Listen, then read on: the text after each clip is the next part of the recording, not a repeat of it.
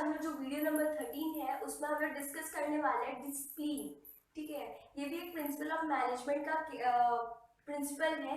ठीक है, और डिसिप्लिन के ये जो प्रिंसिपल ऑफ मैनेजमेंट है इसके साथ साथ में ही मैं अपनी केस स्टडी को भी प्रेजेंट करने वाली हूँ। ठीक है, तो चलिए स्टार्ट करते हैं डिसिप्लिन के बारे में। डिसिप्लिन यार बचपन से सुनते आ रहे हैं, ये वाला वर्ड कोई न्यू वर्ड नहीं है। जो सेम चीज हम लोग को बचपन में सिखाई गई है कि जैसे टीचर बोलती है कि I want to pin drop silence in the class, वही वाला डिसिप्लिन है यार। वही सेम चीज मैनेजमेंट में कैसे हेल्प करती है, मैनेजमेंट को क्यों जरूरी है। ठीक है, एक बेसिक चीज जो हम लोग जानते हैं कि डिसिप्लिन रहेगा तो एक सही काम सही तरीके से होएगा। ठीक है, वही चीज मैंने यहाँ पर लिखी हुई है दैट जब रूल्स और रेगुलेशंस को ठीक है लगातार फॉलो करते हैं, ठीक है, हर वे में हर टाइम, तो उसको हम क्या बोलते हैं, डिसिप्लिन बोलते हैं। ठीक है, discipline is following rules and regulations concisely, ठीक है, every time and in every way, यानी कि हर जगह आप डिसिप्लिन को फॉलो करिए, सारे रूल्स एंड रेगुलेशंस को अपने फॉलो करिए और हर वे में करिए। ठीक है, एक रूटीन को इफेक्टिव बनाने के लिए भी क्या करना पड़ता है, बहुत ही तरीके से डिसिप्लिन रखना पड़ता है। ठीक है, जैसे हम बॉडी मेंटेन करते हैं तो उसमें भी हम डिसिप्लिन रखते हैं, खाने पीने में डिसिप्लिन रखते हैं, एक्सरसाइज की रूटीन पर डिसिप्लिन रखते हैं, तो ये सब क्या है, यही सेम जॉब है डिसिप्लिन। ठीक है, अब एक और बेसिक से एग्जांपल, जैसे कि स्कूल टाइमिंग, एक स्कूल क्या है, एक ऑर्गेनाइजेशन है। ठीक है, एक ऑर्गेनाइजेशन को चलाने के लिए एक अच्छा मैनेजमेंट चाहिए, बिना मैनेजमेंट के कोई भी काम नहीं होता। ठीक है, रूटीन में भी क्या है, एक प्रॉपर मैनेजमेंट चाहिए, नहीं तो आप ऐसे ही पड़े रहोगे, कुछ काम नहीं करोगे, ठीक है, मजा नहीं आएगा। ठीक है, तो दैट इज स्कूल टाइमिंग। अगर हमारी 8 AM, ये AM है यार, अगर हमारी स्कूल टाइमिंग 8 AM है, ठीक है, स्कूल अथॉरिटी की द्वारा डिसाइड किया गया है, और स्टूडेंट्स की खुद डिसिप्लिन में नहीं है, ठीक है, लेट में आ रहे हैं, 8 बजे के बाद पधार रहे हैं स्कूल में, ठीक है, तो वो वाली ऑर्गेनाइजेशन को हम क्या करेंगे, हाई इनडिसिप्लिन अपने मूवमेंट में है। ठीक है, तो यहाँ पर जो डिसिप्लिन है वो किसी भी ऑर्गेनाइजेशन के कल्चर को बहुत ही तरीके से अफेक्ट करता है। जितना लोगों के बीच में वहाँ के जितने भी स्टूडेंट्स हैं, ठीक है, जो स्टाफ मैनेजमेंट है स्कूल का, ठीक है, या फिर कोई आप एक बिजनेस को भी ले लो, वहाँ पर जितने भी प्रोडक्शन के डिपार्टमेंट बने हैं, फाइनेंस के बने हैं, इन सारे डिपार्टमेंट में जितने भी लोग काम कर रहे हैं, अगर वो लोग सही सतर्क होकर के काम नहीं करेंगे तो क्या होगा, उनका जो कल्चर है वो क्या होगा, खराब होगा। ठीक है, आगे बढ़ते हैं। Discipline affects the culture of any organisation in long run. ठीक है, जब हम लोग शॉर्ट रन के बारे में सोचे तो हमको शॉर्ट रन में ऐसा लगता है, मतलब बहुत छोटे टाइम के बारे में सोचे तो ऐसा लगता है कि यार ठीक है यार, आज का मिस हो गया तो हो गया, कल का मिस हो गया तो हो गया, ठीक है, परसों से कंटिन्यू करेंगे। हम क्या करते हैं, हम टालना चालू कर देते हैं। लेकिन जब वो वही चीज हमारी थोड़ी थोड़ी कर करके 1 महीना हो गया, 2 महीने हो गया, 3 महीना हो गया, हम किसी भी चीज के लिए एग्जीक्यूशन नहीं दे रहे, किसी भी चीज के लिए वर्क परफॉर्म नहीं कर रहे, तो उसमें क्या होता है, हमारा जो कल्चर है कहीं ना कहीं इफेक्ट होता है, हमारा कहीं ना कहीं जो वर्किंग करने का जो स्टाइल है वो इफेक्ट होता है। इसके बाद अकॉर्डिंग टू फेयोल, फेयोल कौन है यार, फेयोल है प्रिंसिपल ऑफ मैनेजमेंट के फाउंडर। ठीक है, उनके हिसाब से वो डिसिप्लिन के ऊपर क्या व्यू रखे हैं एक मैनेजमेंट को लेकर के, उसके बारे में जानते हैं। That good superiors, that management, that is discipline requires good superiors at all level। ठीक है, अगर आप अच्छा डिसिप्लिन अपने मैनेजमेंट को रखना चाहते हैं तो आपके हर लेवल पे, टॉप लेवल पे, मिडिल लेवल पे, लोअर लेवल पे, हर जगह अच्छे सुपीरियर्स का होना बहुत बहुत जरूरी है। ठीक है, इसके बाद जो नेक्स्ट पॉइंट उन्होंने बताया that clear and fair agreement. ठीक है, clear and fair agreement, fair यानी कि जो जस्टिसफुल हो, यानी कि फॉर एग्जाम्पल अगर ये कोई पर्सन ए है और इसको मैं 50,000 पर मंथ की सैलरी देती हूँ, ठीक है, और कोई एक पर्सन बी है, ठीक है, जो कि पर्सन ए के जैसा ही सेम लेवल पे काम करता है, उसका एक्सपीरियंस भी पर्सन ए के जैसा ही सेम है। ठीक है, तो मुझे यहाँ पर ऐसा कभी नहीं करना चाहिए कि मैं इसको कभी 50,000 सेम सैलरी नहीं दे रही हूँ या फिर इसको थोड़ा सा कम पैसा दे रही हूँ। ठीक है, जो भी इंसान है जो जिस डिपार्टमेंट में काम कर रहा है, जिस लेवल पे काम कर रहा है, जिस एक्सपीरियंस पे काम कर रहा है, उसी बेसिस पे मुझे डिस्कस करना चाहिए, डिसाइड करना चाहिए कि मुझे कितनी सैलरी पे करनी है। ठीक है, इसी को हम क्या बोलते हैं, क्लियर एंड फेयर एग्रीमेंट। किसी के साथ भेदभाव नहीं करना, समान तरीके से बिहेव करना, ये क्या है, क्लियर एंड फेयर एग्रीमेंट है। इसके बाद जो नेक्स्ट पॉइंट है, जो फेयर बोलते हैं कि डिसिप्लिन हमको इसलिए जरूरी है क्योंकि डिसिप्लिन एक जुडिशियस एप्लीकेशन ऑफ पेनाल्टीज लेकर के आती है। ठीक है, ये क्या करती है, जो गलत कर रहा है उसको सुधारने में हमको हेल्प करती है, और जिसके साथ अभी तक की गलत हो रहा था उसको क्या करती है, प्रोटेक्ट करने में भी हमको हेल्प करती है। ठीक है, जुडिशियस एप्लीकेशन, जुडिशियस यानी कि जो हमारा जजमेंट के बेसिस पे जब हम लोग किसी ना किसी काम के लिए किसी को ब्लेम करते हैं या फिर किसी को क्रेडिट देते हैं, ठीक है, वो चीज यहाँ पर अप्लाई होनी चाहिए अगर आप अच्छा डिसिप्लिन चाहते हो तो। ठीक है, ऐसा कभी नहीं होना चाहिए कि आप हमेशा अपनी दूसरे पर्सन की सैलरी इस बेसिस पे डिसाइड कर लो। फॉर एग्जांपल पर्सन बी की आप सैलरी इसलिए कम दे रहे हो क्योंकि आपका पर्सन ए से कुछ ज्यादा ही पर्सनल अच्छा रिलेशन है, आप उसको पसंद करते हो, या फिर उसका बिहेवियर बहुत अच्छा है, वो आपके लिए बहुत सारे काम करके देता है इसलिए, या तो फिर वो आपके साथ फ्रिक्वेंटली आता है, मिलता है, टाइम पास करके जाता है इसलिए आप उसको अच्छी सैलरी दे रहे हो। पर्सन बी को सेम लेवल पे सेम एक्सपीरियंस पे काम कर रहे हैं तो उसको सैलरी कम दे रहे हो। ठीक है, इस तरह का डिस्क्रिमिनेशन बिल्कुल नहीं होना चाहिए। अगर आप ये दोनों पॉइंट को भी जोड़ के लिखना चाहो तो आप इसको लिख सकते हो, इसमें कोई इशू नहीं है। ठीक है, दोनों में से कोई एक पॉइंट भी आप लिख सकते हो। आगे देखते हैं अब।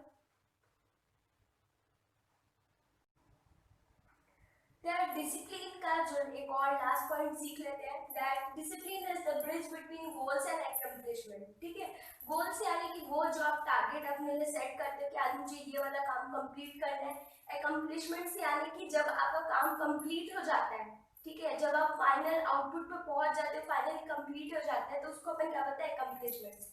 ठीक है, पबजी खेलते हैं, कुछ ना कुछ टारगेट लेके चलते हैं, ठीक है, कि आज इतनी गन्स लेकर के आनी है, ठीक है, इतना केयर बनाना है। ठीक है, तो सिमिलरली यहाँ पर भी यही होता है कि डिसिप्लिन को फॉलो करने के लिए डिसिप्लिन एक ब्रिज बन जाता है गोल्स और अकम्प्लिशमेंट्स को फॉलो करने के लिए। ठीक है, अगर कोई इंसान, ठीक है, अगर आपको चेक करना है कि मुझे किसी भी पर्सन को सैलरी कितनी देनी चाहिए, तो आप किस बेसिस पे चेक करो, उसके वर्किंग लेवल पे चेक करो, वो क्या काम कर रहा है उस बेसिस पे चेक करो, और उसका एक्सपीरियंस कितना है उस चीज को लेकर के। ठीक है, भले वो क्वालिफिकेशंस हो या फिर उसका कोई प्रैक्टिकल अप्रोच हो उस चीज को लेकर के, आप उस बेसिस पर डिसाइड करो कि आपको उस पर्सन को कितनी सैलरी ऑफर करनी है। ठीक है, जैसे कि हमने पहले वाले वीडियो पर डिस्कस किया था, सॉरी पहले वाले स्लाइड में डिस्कस किया था कि हमको कभी ये डिस्कस नहीं करना चाहिए, ये नहीं डिसाइड करना चाहिए कि हम उसको पसंद करते हैं इसलिए हम उसको ज्यादा सैलरी ऑफर करेंगे, या फिर वो फ्रिक्वेंटली हमसे मिलते रहते हैं, अच्छा उसके साथ रिलेशन है इसलिए हम उसको ज्यादा सैलरी ऑफर करेंगे। ये सारे टाइप के डिस्क्रिमिनेशन नहीं होने चाहिए। ठीक है, अब जो ये डिसिप्लिन के पॉइंट चल रहे हैं, आगे जितने भी प्रिंसिपल्स ऑफ मैनेजमेंट आने वाले हैं यार, उसके सेम इसी तरीके से पॉइंट्स आएंगे। ठीक है, करना कुछ नहीं है, इन सारी चीजों को रटो मत, जो मैं बता रही हूँ उसको बस लिखते जाओ, अपनी भाषा में लिखो, जो आप समझ रहे हो उस चीज को लिखते जाओ। ठीक है, कोई जरूरी नहीं है यार कि जो यहाँ पर लिखा हुआ है उसी चीज को आप वहां पर लिख करके आओ। ठीक है, अब एजुकेशन पॉलिसी चेंज हो गई है, यार जितना प्रैक्टिकल अप्रोच रखोगे उतना अच्छा है। अगर मैं यहाँ पर बात करती हूँ कि नेगेटिव इफेक्ट्स क्या है, डिसिप्लिन को हम अगर फॉलो नहीं करें तो क्या नेगेटिव इफेक्ट्स है, तो आप प्रैक्टिकली सोचोगे तो यार डिसिप्लिन फॉलो नहीं होता, सबसे पहले डिसिप्लिन आ जाएगी।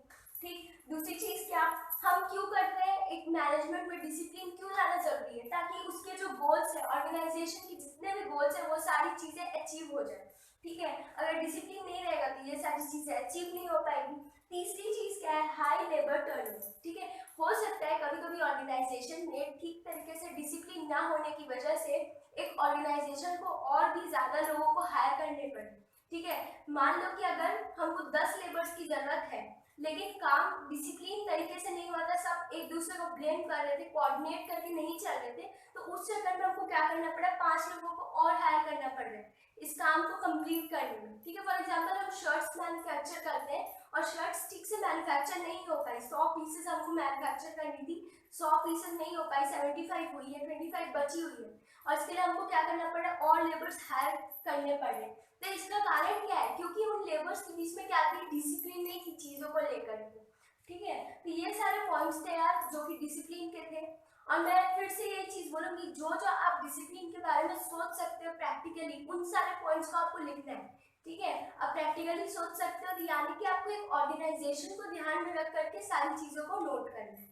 ठीक, उसके नेगेटिव इफेक्ट्स भी आपको लिखने को आते हैं। ठीक है, अगर क्वेश्चन में नहीं भी पूछेगा तो भी आप नेगेटिव इफेक्ट्स को जरूर जरूर जरूर से लिखेगा। ठीक है, इसमें प्लस मार्किंग हो जाती है। ठीक, तो अब डिस्कस करते हैं केस स्टडीज को। तो केस स्टडी, जो सबसे पहले वाली केस स्टडी वो ये है दैट, यार प्लीज राइटिंग मत माइंड करना, बहुत ही बेकार राइटिंग है मैं जानती हूँ, लेकिन फिर भी काम चलाना है अपने को। ठीक है, तो labour union and management enters into mutual agreement according to which employees will increase the production level without increment in wages to revive the company out of loss. ठीक है, अब इतना सारा इंग्लिश लिखा है, कुछ समझ नहीं आया होगा, मैं बताती हूँ। ठीक है, तो यहाँ पर क्या हो रहा है कि लेबर यूनियन और मैनेजमेंट के बीच में, ठीक है, लेबर यूनियन यानी कि वो लोग जो कि प्रोडक्शन को हेल्प करने में काम करते हैं। ठीक है, यानी कि जो हमारे वर्कर्स हैं, ठीक है, जो फैक्ट्री के अंदर में काम करते हैं, जिनको हम वेजेस देते हैं, सैलरी नहीं देते हैं, वो लोगों के बीच में और हमारे जो बिजनेस है उनके मैनेजमेंट के बीच में, ठीक है, क्या एग्रीमेंट हुआ था कि वहाँ के जो एम्प्लॉयज है वो क्या करेंगे, इस कंपनी को, ठीक है, क्या है ना, हमारी जो कंपनी है वो लॉस में डूब रही है। ठीक है, तो लॉस में डुबाने से बचाने के लिए इन लोगों के बीच में क्या हुआ है, एग्रीमेंट हुआ है कि हम आपको अपनी सैलरी को बिना बढ़ाए, ठीक है, अपनी सैलरी को बिना बढ़ाए हमको क्या करना है, हम आपकी कंपनी को लॉस से निकालेंगे बाहर। ठीक है, उसके बाद in return management promise the labour union to announce the compensatory bonus when company comes into profit। ठीक है, तो मैनेजमेंट बदले में क्या बोलता है कि जैसे ही हमारी कंपनी प्रॉफिट में आएगी वैसे ही हम आपको क्या करेंगे, बहुत ही अच्छे अमाउंट का बोनस देंगे। ठीक है, हम आपको बहुत ही अच्छा सेटिस्फाइड बोनस देंगे। ठीक है, तो यहाँ पर क्या हम क्या इंक्लूड कर सकते हैं कि जो पिछले वाले पॉइंट्स थे वहाँ पे क्लियर और फेयर एग्रीमेंट वाला एक पॉइंट था कि आप हमको जितनी हेल्प कर रहे हो हम आपको बिना डिस्क्रिमिनेशन के उतना पेमेंट करेंगे। आगे, then the mission accomplished company paid unsatisfactory bonus. ठीक है, जब उनके पूरी लेबर यूनियन उसको हेल्प करती है इस कंपनी को लॉस से बाहर निकालने के लिए, तो ऐसा नहीं है कि कंपनी उनको बोनस नहीं देती है, कंपनी उनको बोनस देती है, लेकिन यहाँ पर क्या हो जाता है कि उनका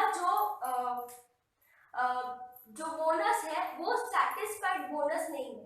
यानी कि अगर हर इंसान को 1000 रुपए मिलने थे तो उनको कितने मिल रहे हैं, 700 600 इस टाइप के बोनस दिए जा रहे हैं। तो यहाँ पे पूछ रहा है that identify the principle violated here. ठीक है, और उसका रीजन क्या है। ठीक है, अगर ये 1 मार्क का क्वेश्चन है तो आप क्या लिखेंगे, यहाँ पर क्या हुआ, clean and fair, clear and fair agreement नहीं हुआ था। ठीक है, जबकि यहाँ पर उन्होंने प्रॉमिस किया था कि हम आपको सेटिस्फाइड बोनस देंगे, लेकिन वो यहाँ पर एग्जीक्यूशन में नहीं ला रहे वो लोग।